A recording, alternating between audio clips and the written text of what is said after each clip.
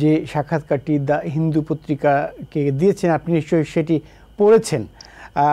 সেইখানে কি তিনি একটু আওয়ামী লীগের প্রতি একটু সহানুভূতি দেখালেন নাকি? বাংলাদেশে হিন্দুরা যে অবস্থায় আছে, ইন্ডিয়াতে যদি মুসলমানরা তার 1/10 অবস্থায় থাকতে পারতেন, তাহলে আমরা এত বেশি হিন্দুত্ব, মোদির হিন্দুত্ব নিয়ে এত আমরা প্রতিবাদ করতাম না, এত কিছু কথা বলতাম। If the political parties decides that who should be included, যদি তাদেরকে ইনক্লুড করে এবং সবাই যদি রাজি হয়, তাদের কোনো আপত্তি নাই। তিনারা হচ্ছেন বর্তমানে যেভাবে যে কতদিন আছেন থাকবেন, সমস্ত সংস্কার হইলে উনারা সেটা দিয়ে ইলেকশন দিয়ে উনারা সরে যাবেন।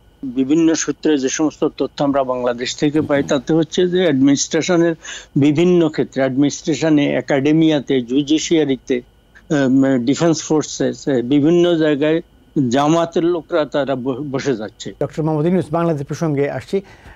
যে সাক্ষাৎকারটি দ্য হিন্দু পত্রিকাকে দিয়েছেন, আপনি নিশ্চয়ই সেটি পড়েছেন।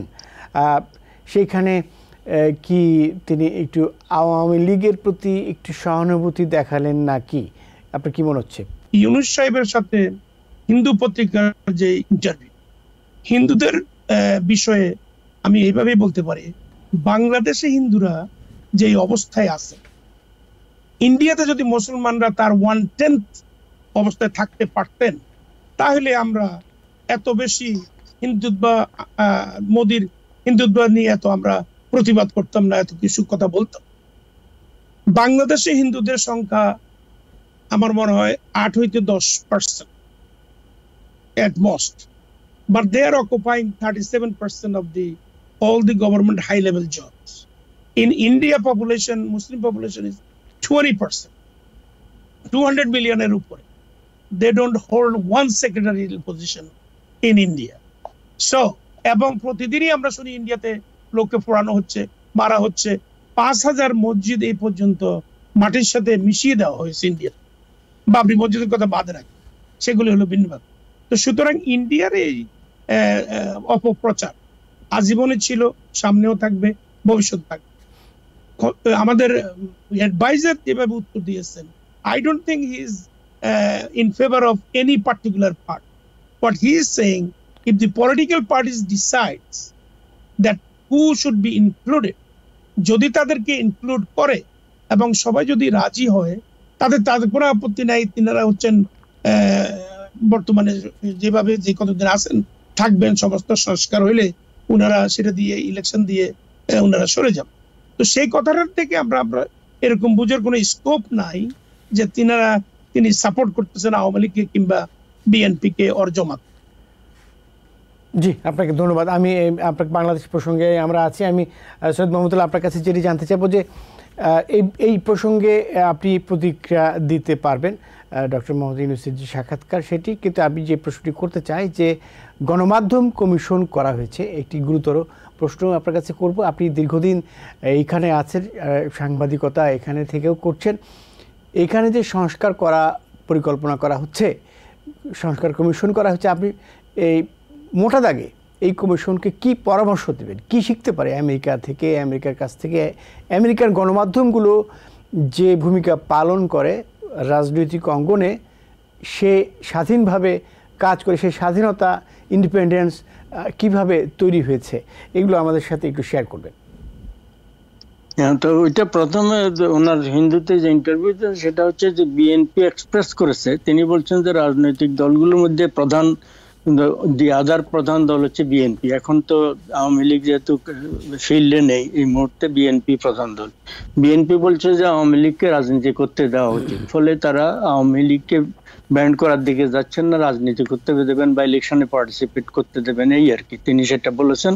আর অন্যান্য বিষয়ের উপরে তিনি অনেক গুরুত্বপূর্ণ কথা বলেছেন। তারা সংস্কার কিছু করবেন, তিনি কোনো টাইম লাইন দেননি ইলেকশনে, সেই কারণে বিএনপি অসন্তুষ্ট। তারা প্রেশার দিচ্ছে যত দ্রুত নির্বাচন হয় তত ভালো হবে। বিএনপি এখনই নির্বাচন, এটা ধারণা করা উচিত যে করা যায় সঙ্গতভাবে, যে এখনই নির্বাচন হোক বা 1 বছর পরে হোক, বিএনপি মেজরিটি আসন পাবে। এখন যত আগে হয় তত বেশি আসন তারা পাবে।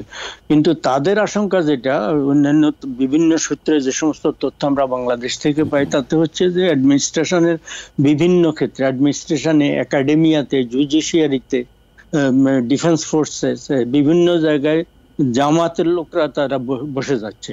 এটাতে বিএনপি ভাবছে যে যত দেরি হবে এরা একেবারে বেশিভাবে ওখানে শক্তপোক্ত হয়ে যাবে। হলে বিএনপি সরকার হলেও তাদেরকে জামাতের এদের উপরে ডিপেন্ড করতে হবে অনেক মাত্রা, এবং জামাতের অনেক মানে দাবি তাদেরকে তখন পূরণ করতে হবে। সেই জন্য তারা তড়িঘড়ি করে নির্বাচন যত তাড়াতাড়ি হয় সেটা চাচ্ছে। যাই হোক, ডক্টর সাহেব যেটা বলেছেন, ডক্টর ইউনূস, সেটা হচ্ছে যে ওনারা তড়িঘড়ি নির্বাচন দেবেন না, সংস্কারগুলো করছেন।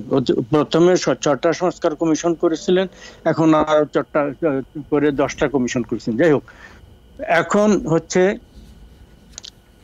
মানে গণমাধ্যম সংস্কার, এটার অর্থই আমি বুঝি না। গণমাধ্যমের সরকার কিভাবে সংস্কার করে? সরকার কেন গণমাধ্যমকে সংস্কার করবে? গণমাধ্যমের একটা নীতিমালার জন্য আগেও তো প্রেস ইনস্টিটিউট একটা থাকে, সেটা একটা ইনস্টিটিউট আছে। গণমাধ্যম নিজেদের মধ্যে একটা নীতিমালা, গণমাধ্যমের একটা জেনারেল নীতিমালা থাকতে পারে। গণমাধ্যমের একটা মাত্রা, যুক্তরাষ্ট্রে যেরকম মানে বলতে গেলে ইয়েই নেই, কি বলে, মানহানির ব্যাপারটা যুক্তরাষ্ট্রে নেই। ট্রাম্প যেভাবে অন্য সম্পর্কে অবমাননাকর কথাবার্তা বলেন, উনাকে আরেকজন কম্পালসিভ লায়ার বলেন, এই লোক ব্যাটার সারাদিন খালি মিথ্যা কথা বলে, আমিও যদি বলি আমাকে মামলায় ফেলতে পারবো না, কিন্তু এটা আপনি ইউরোপে বলতে পারবো না আমরা। ফলে নীতিমালা একটা মোটামুটি যুক্তরাষ্ট্রকে না, ফলে যুক্তরাষ্ট্রের আরেকটা ব্যাপার আছে, নীতিমালার কথা বলছি। এখানে আমি MSNBC একটা আছে, ঘোরতর ভাবে আপনার রিপাবলিকান বিরোধী। আবার মানে ফক্স নিউজ আছে, ঘোরতর ভাবে মানে ডেমোক্রেটিক পার্টি বিরোধী, ঘোরতর ভাবে তারা রিপাবলিকান পার্টির কট্টর অংশের প্রতিনিধি। তো ফলে এই ধরনের, এই যে আমাদের দেশেও যদিও আওয়ামী লীগ পন্থী পত্রিকা থাকে, বিএনপি পন্থী পত্রিকা থাকে, দুই একটা, তারা করে কি তাদের নিউজে একটু মানে থাকে, কিন্তু জেনারেলি আমাদের দেশেও আগে পর্যন্ত, এই রিসেন্ট কয়েক বছরে ক্ষতি হয়েছে, এটা জেনারেলি মোটামুটি একটা নিষ্ঠা মানার চেষ্টা করে। মানে প্রধানমন্ত্রী বা ওই দলের নেতা এটা বলেছেন, সেটা সুষ্ঠুভাবে ওইটা দেয়, কিন্তু তার উপরে কমেন্ট করতে গিয়ে কমেন্টেটর, এডিটোরিয়াল বা পোস্ট এডিটোরিয়াল, সেটার বিরুদ্ধে বলতে পারে। পত্রিকার একটা মানে পত্রিকার অথবা মানে একটা টেলিভিশনের টক শো থেকে কি বলবে, টক শোর হোস্ট কি ধরনের, সেটা একটা জিনিস, কিন্তু তার নিউজ যখন হবে নিরপেক্ষ নিউজ হবে, বস্তুনিষ্ঠ হবে, এইটা মানা উচিত। আমার দেশে গত 1-2 দশকে 3 দশকে এটা অনেকটা ক্ষুণ্ণ হয়েছে, এই সম্পর্কে সন্দেহ নেই। ফলে সেইটার ব্যাপারে অর্থাৎ মানে গণমাধ্যমে সরকারি হস্তক্ষেপ বা কন্ট্রোল, এইটার জন্য তো সংস্কার দরকার নাকি? আমি না, এইটার কোনো দরকার নেই। এটা হচ্ছে যে সংস্কার মানে একটা আমাদের আইনে বলে দেওয়া উচিত একটাতে, এই ব্যাপারে কোন রকম গণমাধ্যমের সংস্কার কথাটা খারাপ ব্যাপারটা। মানে গণমাধ্যমকে আমরা ঠিক করে দেবো ওরা কি করতে হবে, রাষ্ট্র ঠিক করে দিচ্ছে। গণমাধ্যমে হস্তক্ষেপ করে, ফলে রাষ্ট্রকে ঠিক করতে হবে না, রাষ্ট্র বলে গণমাধ্যম, সেইটাই গণমাধ্যম নীতিমালা, গণমাধ্যম বিষয়ক নীতিমালা একটা হতে পারে, কেমন? কিন্তু সংস্কার মানে হচ্ছে যে সরকার ওরা কিভাবে নিজেদেরকে পরিচালনা করবে, সরকার না, রাষ্ট্র না। তার মানে এখানে এই প্রশ্নটা এসে যাচ্ছে, ফাইন্যান্সিয়াল প্রশ্নটা এসে যাচ্ছে। গণমাধ্যমের যে ফাইন্যান্সিয়াল যে ট্রান্সপারেন্সি, সেইটা সামনে আসতে হবে, যেটা সম্ভবত, আমি যদি ভুল না করে থাকি, আমেরিকায় এটা রয়েছে, একটা যে কোনো গণমাধ্যমের ফাইন্যান্সিয়ালি তাকে পরিষ্কার থাকতে হয়।